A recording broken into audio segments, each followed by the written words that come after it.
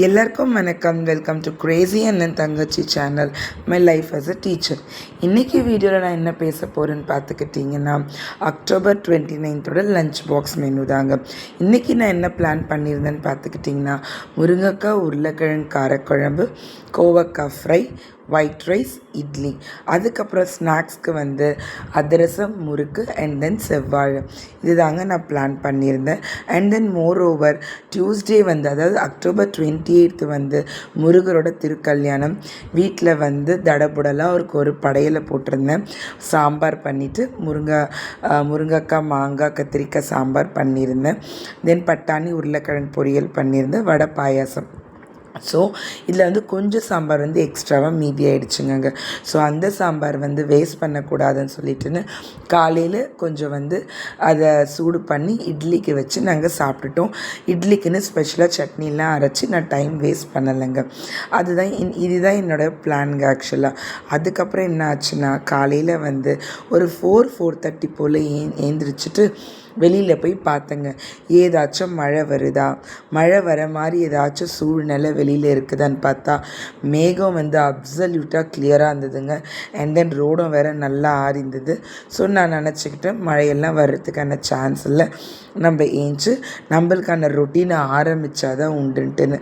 ஆனால் முன்னாடி நாள் கொஞ்சம் செஞ்ச சாமி வேலை அது இதுன்னு கொஞ்சம் டயர்டாக இருந்ததுனால 4:30க்கே என்னால் ஏஞ்சி ஆரம்பிக்க முடியல. ஒரு 5:30 வரைக்கும் திருப்பியும் நான் படுத்துட்டேன்.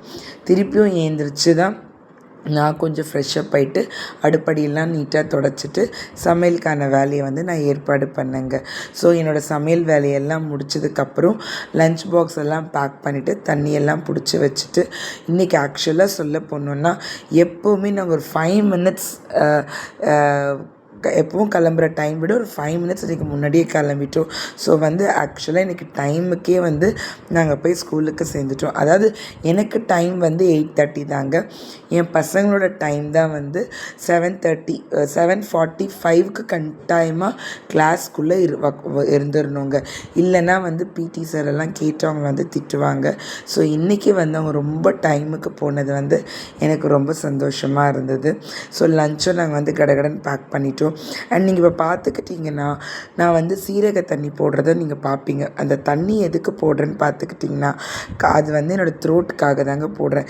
ஏன்னா டீச்சிங் ஃபீல்டில் இருக்கிற ஒரு டீச்சரும் ஒரு அண்டர்கான் பண்ணுற ஒரு பெரிய ப்ராப்ளம் என்னன்னா த்ரோட் பெயின். அவங்க என்ன தான் நார்மல் வாய்ஸில் பேசினா கூட ஒரு நாளெல்லாம் நம்ம பேசும்போது த்ரோட்டில் ஸ்லைட் டிஃப்ரென்ஸ்ன்றது தெரியுங்க.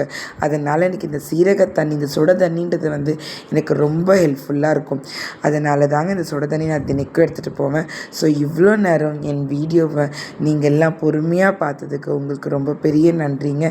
மறக்காமல் என் சேனலை சப்போர்ட் பண்ணுங்கள். உங்களோட ஒரு லைக்கும் ஒரு சப்ஸ்கிரைபரும் எனக்கு பெரிய பெரிய சப்போர்ட்டாக